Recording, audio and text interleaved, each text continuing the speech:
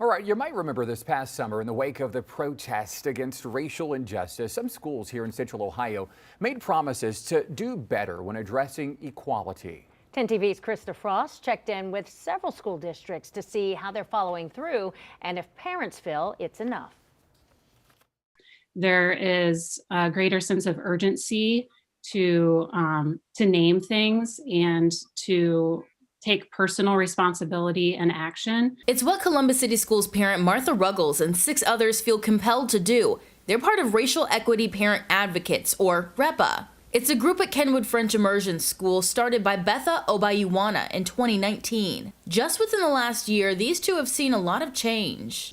My daughter is in a class where they selected to take on a project to discuss and educate their peers about racism, and not just racism in general, but specifically systemic racism. A step toward change chosen by her daughter. But on a district level, changes are being made by Dr. Dion Blue, the first Chief Equity Officer. She says right now the district is assessing the big picture. The academic department had an audit done. The HR department had an audit done. And what those things do is show what are the gaps. And usually those gaps they do relate to equity. So they can bring change to issues like these.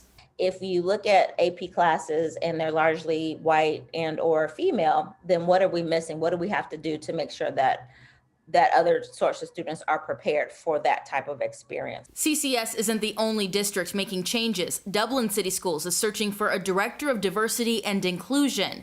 Pickerington City Schools is launching a citizens advisory committee, which will review policies, programs, and curriculum to better suit all students. And in Westerville, this year, built into our work, a professional development series, a 5-part series that all of our staff is participating in, that's intended to help us all be thoughtful and understand our own implicit biases, what is institutional racism. Years ago, the district also created the Westerville Student Education Foundation. It's led by students and has access to funds to bring programming about equity to their peers. It's a grassroots effort like that of REPA at CCS. Last school year, when we were in school, we focused on monthly community dialogues. Something they've continued via Zoom, and it helps to guide the conversation. While these parents think auditing departments is a start, I also believe that we can have a multi-pronged approach to identifying and collecting data. they say working with others could be the answer to creating real change. We all deserve it, but especially our students in Columbus City School District really deserve it. In Columbus, Krista Frost, 10 TV News.